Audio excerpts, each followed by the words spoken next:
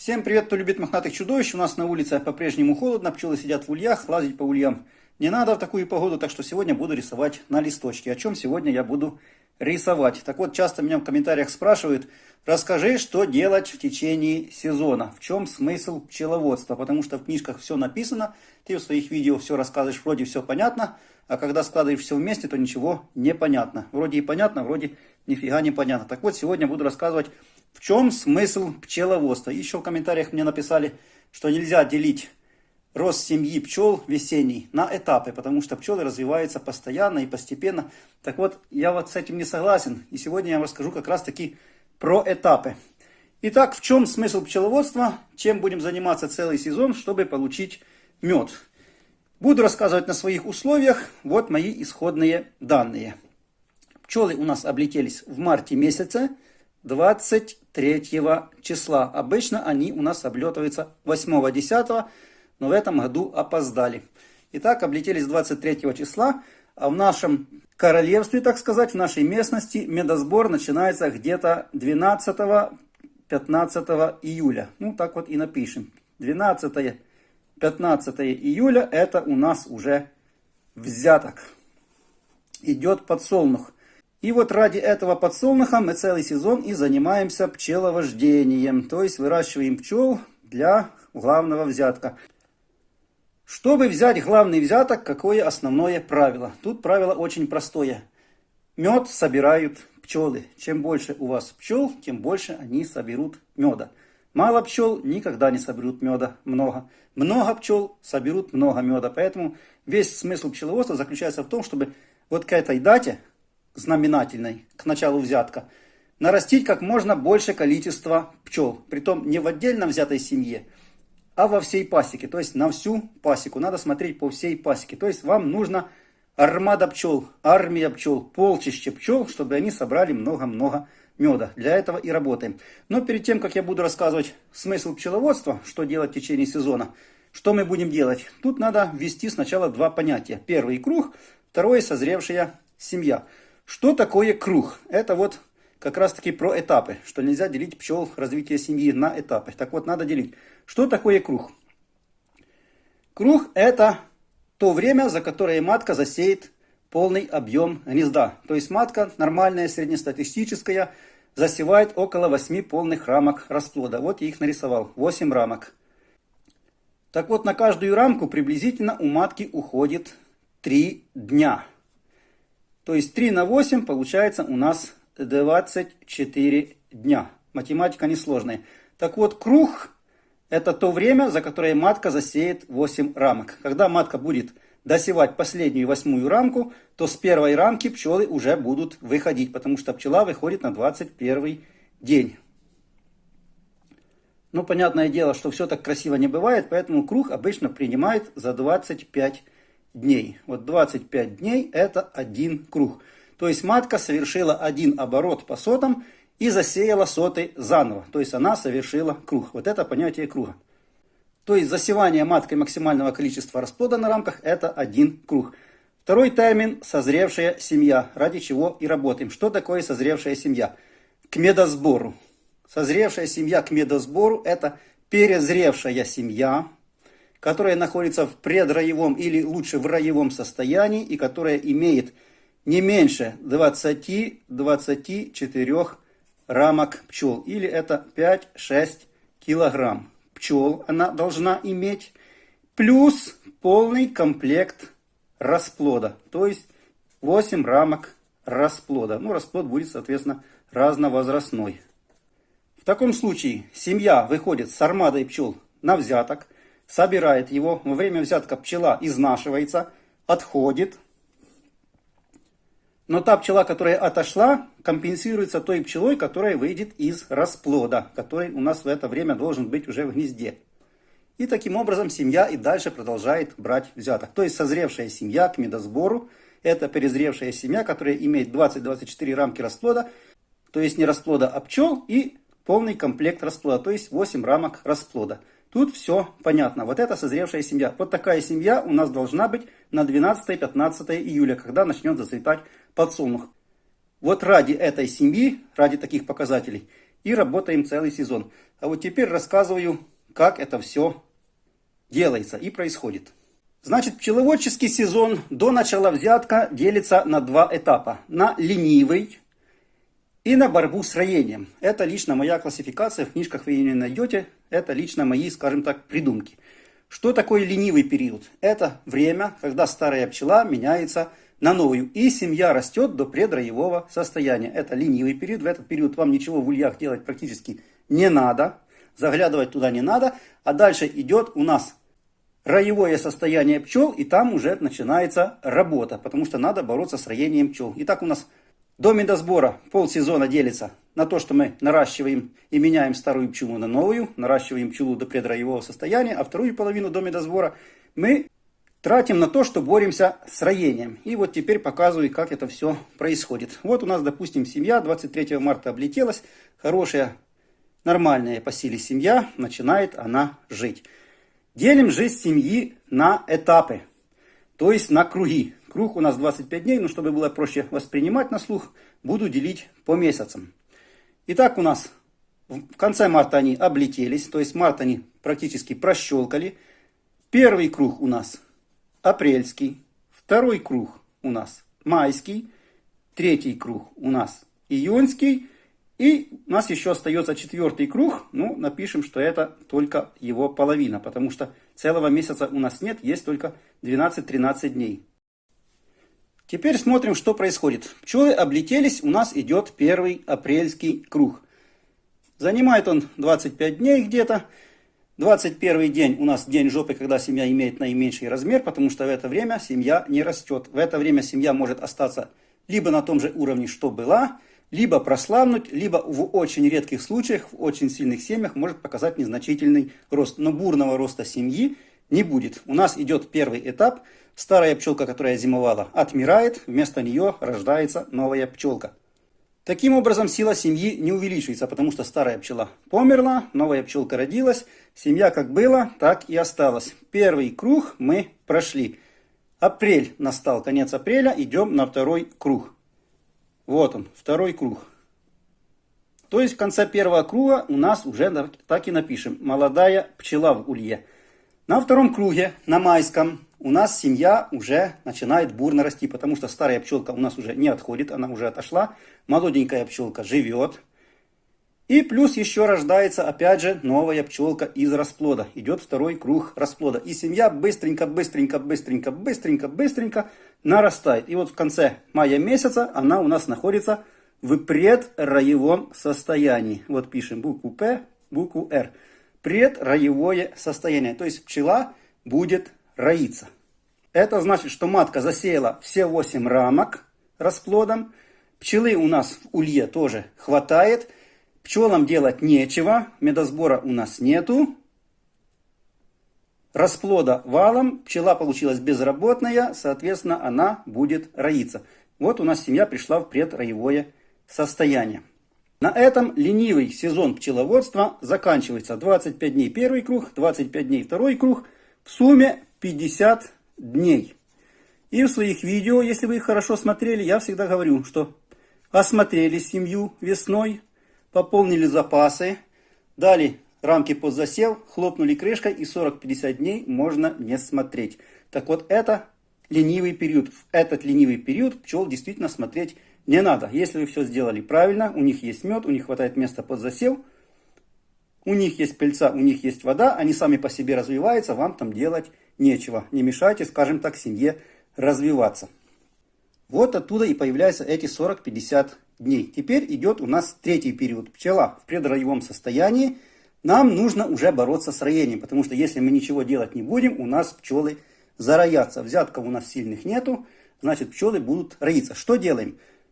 Так вот, этот период, когда закончился ленивый период и до начала взятка, это называется период методов пчеловождения. Их множество. Вот открывайте книжку по пчеловодству, там есть такая целая Библия, можно сказать. И называется она «Методы пчеловождения». Их множество.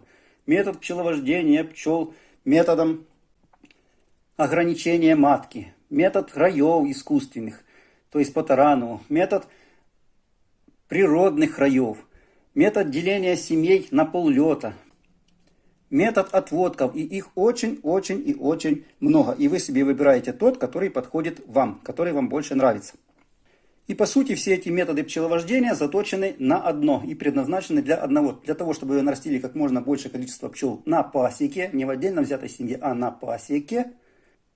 И большинство из них не допускает роения, потому что если вы отпускаете рой, он у вас убегает, то, соответственно, ваши пчелы тоже убежали и больше вам не принадлежат, а вам как раз-таки на медосбор нужны ваши пчелы.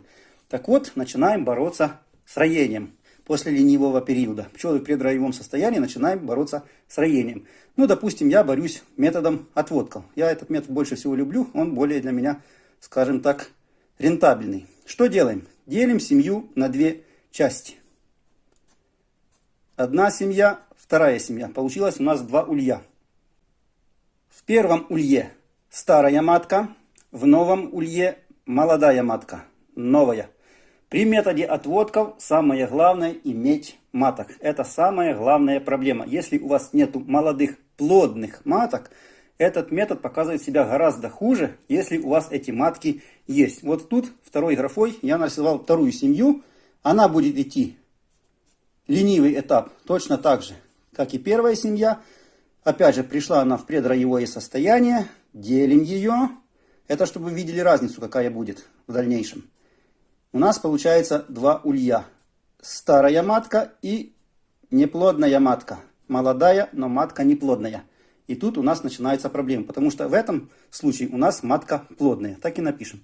Плодная матка, неплодная матка. Два варианта рассмотрим.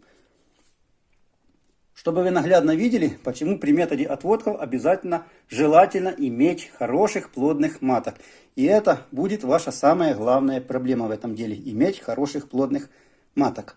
Итак, сделали мы разделение семей. В первом случае у нас матка плодная получилась. Во втором случае у нас матка одна неплодная. Проходим еще один этап, третий. Уже у нас два улья проходят третий этап. Выходим на начало июля. У нас семьи опять же разрослись. Смотрим на первый пример. У нас была старая матка, но плодная. Тут у нас семья в предроевом состоянии. Вторая половина семьи была с плодной маткой. Она опять же в предроевом состоянии. Пчелы будут роиться, а до медосбора еще полмесяца. Второй вариант. У нас одна семья со старой плодной маткой. Она в предроевом состоянии. Второй улей был с неплодной маткой. Пока неплодная матка облеталась, оплодотворилась, прошел месяц. Ну, пускай даже немножко меньше месяца прошло, если вы дали зрелый маточник или неплодную матку, она там за 10 дней облеталась. Но все равно она не успела пройти полный круг, она опаздывает. То есть она не находится в предроевом состоянии, она просто нормальная семья, но без предроевого состояния. То есть она находится в стадии развития, она еще свой круг не закончила. Через полмесяца у нас взяток, нам нужно взять взяток.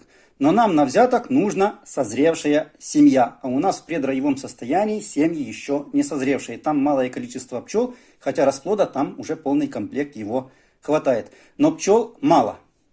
Что мы делаем, какая наша задача? Вот с начала июня до начала подсолнуха, то есть через 12-15 дней у нас должна быть созревшая семья. Значит, мы эту семью должны довыращивать, так сказать, досозревать, чтобы она у нас была перезревшая. Что такое перезревшая семья? Это семья, которая должна была бы изроиться, но не изроилась. В этом случае у нее будет много пчел и много расплода. Что делаем? А вот тут, ребятки, нам на помощь приходят вот те самые полупокерные способы, о которых я рассказываю. Это и метод Демури, и метод разгрузки гнезда, и им подобные. То есть те методы, которыми мы можем задержать роение пчел на некое время. Обычно это 14 дней. Именно то, что нам надо. И вот в этот период, в последний месяц июль до подсолнуха, мы применяем вот те полупокерные меры. Мы не даем пчелам роиться, мы их передерживаем. На медосбор у нас выходит перезревшая семья. В ней 20-24 рамки пчел и 8 рамок расплода. Эта семья перезревшая, если бы мы не применяли методов разгрузки гнезда, она бы, конечно, изроилась, но мы ее придержали. В этом случае она перезрела. Если у нас медосбор не наступил в этот период, у нас пчелиная семья все равно изроится, потому что мы не можем ее держать бесконечно долго. Если мы применяем полупокерные методы бесконечно долго, мы их можем держать только одним из методов пчеловодства. То есть фактически эти методы все основаны на том, что мы ослабляем семью. А здесь мы наоборот ее не ослабляем, а мы ее удерживаем от роения и даем ей перезреть. И даже бывает, что такие семьи уже начинают роиться, то есть закладывают роевые маточники, но мы видим, что до медосбора осталось у нас там несколько дней, мы ничего не делаем. У нас начинается хороший сильный взяток на подсолнухе, а хороший сильный взяток выводит семью из роевого состояния на любой стадии. И вот у нас на медосбор выходят такие прекрасные семьи. То есть была у нас весной одна семья, а на медосбор у нас вышли две семьи, созревшие, с большим количеством пчел, с большим количеством расплода. И вот такие семьи соберут много меда. Рассмотрим второй вариант. Одна семья в предроевом состоянии была. Мы опять к ней применяем методы разгрузки. Она выходит на медосбор перезревшей. 20-25 рамок пчел, 8 рамок расплода. Семья сильная, хорошая, будет собирать мед. Вторая семья у нас отстала. Она на начало медосбора приходит в предроевом состоянии, но не перезревшая, то есть она не созрела до медосбора. Такая семья приносит меда меньше. И вот в этом случае, во втором, если у вас не было плодных маток при делении семей, вы теряете большое количество меда на второй семье. Что в этом случае, соответственно, люди делают? Они, когда начинается взяток, такие семьи, не созревшие, между собой соединяют. И у них получается одна семья медовик. Также поступают и с роями, тоже делают рои медовики. Все равно в любом случае, если взять две семьи, которые вышли из зимы, то вот эта семья, когда мы давали ей готовых плодных маток, собирает меда больше, потому что у нее больше пчел. Так вот, весь пчеловодческий сезон до начала взятка главного делится вот на такие этапы. Первый этап. Меняется старая пчела на молодую. Второй этап. Семья бурно растет до предроевого состояния. Третий этап. Мы боремся с роями, делим семьи. Или кому как нравится, такой метод он себе и выбирает. И четвертый этап. Мы проводим работу для того, чтобы удержать пчел от роения. И семьи наши перезрели, то есть созрели к медосбору. То есть в них было большое количество пчел, большое количество расплода. В таком случае мы собираем количество хорошее меда. Потому что у многих моих подписчиков тут возникает вот в этой части вопрос. Потому что обычно в книжках методы пчеловождения и методы полупокерные объединены в одну графу. То есть читаете книжку, там все понятно, все красиво, но только непонятно, что когда делать. Так вот, методы против роения есть такие, которые приводят по своей сути к ослаблению пчелиных семей. Либо вы ограничиваете матку, чтобы она не сеяла, тоже пчелы тогда не роятся, но тогда и семья будет меньше. Либо вы делите семьи, либо применяете любые другие методы, либо отпускаете рои, потом их ловите. Но все это предназначено для того, что вы ослабляете семьи. Такими способами вы можете удерживать пчелиную семью от роения безгранично долго, любое количество времени. Готовятся к роению, поделили, готовятся к роению, поделили. И так все время делите, делите, делите. Пчелы у вас на пасеке нарастают. Опять же говорю, не в одной семье взятой, а по всему количеству на пасеке. У вас пчел на пасеке становится больше. А вторая часть – это противороевые методы полупокерные, которые предназначены для того, чтобы удержать пчелиную семью от роения на 2 недели, чтобы она перезрела. Поэтому эти методы, они в пчеловодческих книжках соединены в одну главу, но их надо разделять. Потому что в комментариях пишут мне, я в июне месяце, когда был третий этап, сделал разгрузку гнезда, они взяли и изроились. Вот почему так получилось, у меня не получается. Оно не получается, потому что не вовремя этот самый противороевой способ разгрузки гнезда был применен слишком рано. А его надо было применять за 15 дней до медосбора. А если у вас до медосбора еще целый месяц, то такой противороевой способ применять нельзя, потому что он не годится. Поэтому вот эти способы, их надо делить на методы пчеловождения, то есть методы противороения, и противороевые способы, которые применяются перед самым медосбором. Методы пчеловождения и противороевые способы – это не одно и то же. Хотя, конечно, в книжках все перепутано и действительно там непонятно. Ну и теперь я вам еще покажу, почему всегда пчеловоды плачут, что пчелы облетались слишком поздно. И я тоже плачу. Почему? Потому что вы теряете один этап. Допустим, у нас хороший год. Пчелки облетелись в начале марта, там 8 марта. У нас получается первый этап до начала апреля. Они поменяли пчелку. До начала мая второй этап. Они нарастили семью до предроевого состояния. Мы поделили семью. Третий этап у нас прошел. У нас две семьи в предроевом состоянии. Мы их опять делим. И у нас уже получается 4 семьи. Ну, это хороший вариант рассказываю, если у нас есть плодные матки. И вот уже к началу июля у нас выходят 4 семьи в предроевом состоянии. И мы даем им возможность перезреть. То есть применяем противороевой способ. И на взяток у нас выходят 4 мощных семьи с одной семьи. И, соответственно, 4 семьи собирает меда гораздо больше, чем вот этот случай, когда у нас вышло 2 семьи. Вот что значит поздно облетелись и потеряли целый месяц на облете. Поэтому, если пчелки поздно облетываются, то это действительно в пчеловодстве трагедия. Это вы, значит, не дособираете меда. Даже если предположить плохой вариант, что каждая семья соберет по 3 ведра меда, ну то есть по 30 литров, то вот с одного зимовалого улья в этом случае у вас получается 60 литров меда. А в этом случае у вас 4 семьи собирают по 30 литров, это 120 литров меда. А если перевести это в килограммы, то, соответственно, у вас 84 килограмма с 2 ульев, а здесь у вас 168 килограмм с 4 ульев меда. А все начиналось с одной единственной зимовалой семьи. Вот что значит пчелы поздно облетелись. И, как видите, больше 100 килограмм зимовалой семьи собрать это вообще вот так вот легонечко можно. Если, конечно, вам позволила погода. А погода, конечно, вся зависит от весны. Чем раньше пчелы облетелись, чем раньше набрались пыльцы, чем раньше начали развиваться, тем, соответственно, больше в конце соберете меда. Прощелкали они март месяц, просидели в улье, прошланговали, соответственно, у вас сразу идет в 2 раза меньше меда по выходу, по общему. Такие вот печальные дела. И вот эти вот 30 литров с одного улья, это я вам рассказал про плохой год, плохой взяток.